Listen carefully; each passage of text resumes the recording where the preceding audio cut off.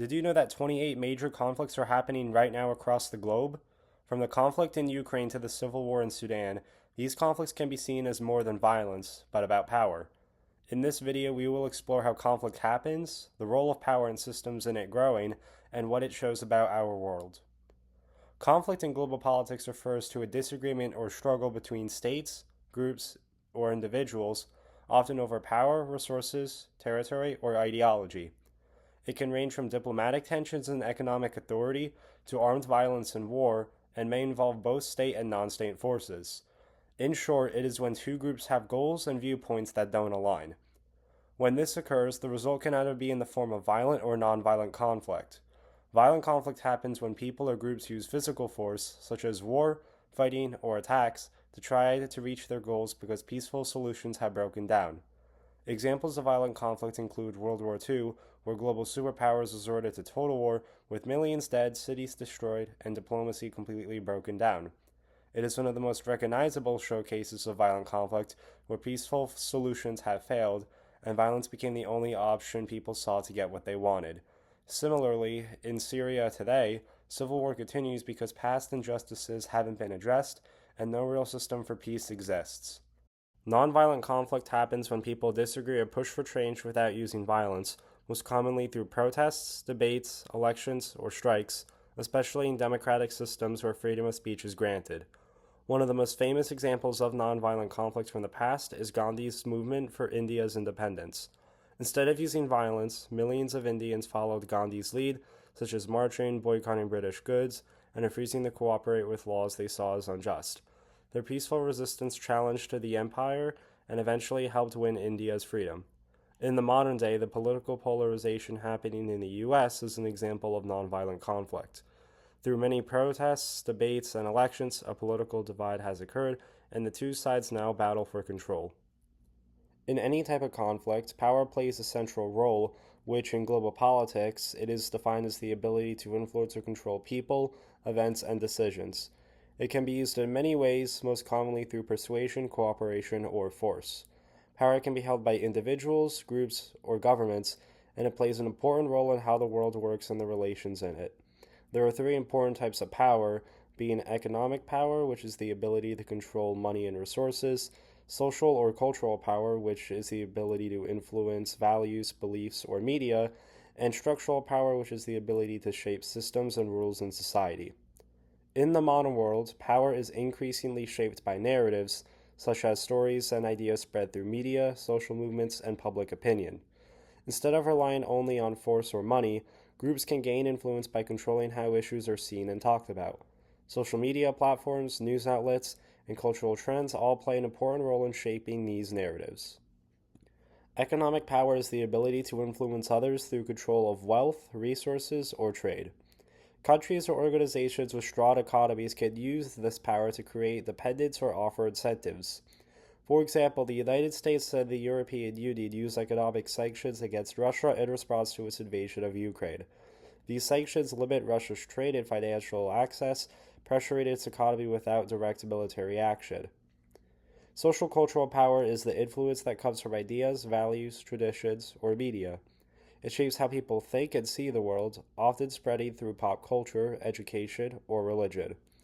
This is seen in how media and social platforms support protests and influence elections. For example, during the 2020 and 2024 US presidential elections and the Black Lives Matter protests, social media was used to spread messages, organize events, and shape public opinion. This shows how controlling narratives can shift political or social outcomes. Structural power is the ability to shape the rules, systems, and institutions that govern global relations. It determines who gets to participate, who sets the agenda, and how decisions are made, which leads to how influences redefine power in global politics. The United Nations Security Council holds structural power by deciding which global conflicts receive international attention and action. Its permanent members, such as the US, China, and Russia, can veto resolutions, shaping the international response to crisis. Moving back to the concept of conflict, while it can occur for many reasons, with the simplest one being two actors having incompatible goals, there are two that stand out, which one is structural violence. Structural violence is when social or political systems create and maintain inequality, causing harm without direct physical force. This kind of violence is built into institutions and often goes unnoticed because it's normalized. It can lead to long term suffering for certain groups, especially those who are already dismissed. Additionally, one clear example of structural violence is unequal access to education or healthcare. When certain communities consistently receive fewer resources, lower quality schools, or limited medical services, it creates a repetition of disadvantage. These inequalities are often built into laws and policies, making them difficult to change or recognize. As a result, the same groups often continue to be left behind.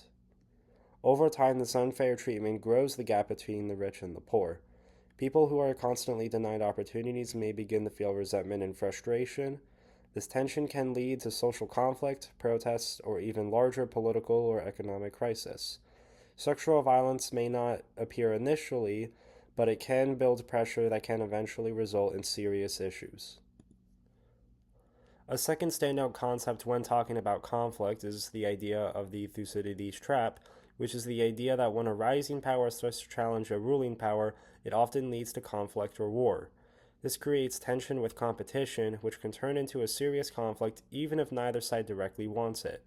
A famous example is how the rise of Athens worried Sparta, leading to the Peloponnesian War in ancient Greece. Today, many see the relationship between the US and China as a modern example of the Thucydides trap. The US has been the world's most powerful country for decades, but China is quickly growing in strength, especially in the three ways of power mentioned before. This rise makes the US feel challenged, and both countries have become more competitive in areas like trade, technology, and military presence. While neither side wants war, the growing tension and mistrust between them shows how the Thucydides trap applies to the present day internationally. An example of a similar kind of internal conflict can be seen between the Democratic and Republican parties of the United States. These political divisions mirror power struggles because each side wants to shape the country based on its own beliefs and values. As one side gains more power or influence, whether in Congress, the presidency, or public opinion, the other often feels threatened and pushes back strongly. This back and forth struggle creates divisions, making it hard to cooperate or compromise. This type of conflict is typically nonviolent. However, the rising tension and constant competition between the two parties can lead to political struggle, protests, and even violent events. It shows how power struggles, even within a single country, can become violent as a result of the Thucydides trap. These divisions also reflect incompatible goals. Democrats and Republicans often disagree on key issues like the economy, healthcare, immigration, and the overall role of government. Because their visions for the country are so different, it becomes hard to find common ground, especially during the transfer of power between parties. Instead of working together, both sides focus on defeating the other, which can make political conflict feel like one side's win is the other's loss.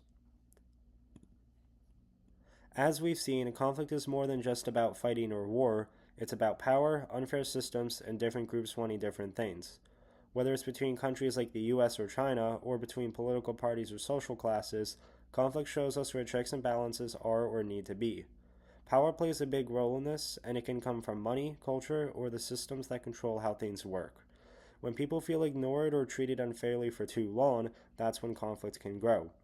Understanding these causes helps us make sense of the world and maybe even find better ways to deal with problems before they could get worse. Conflict isn't always avoidable, but by learning about it, we can start thinking about how to create more peace in the future.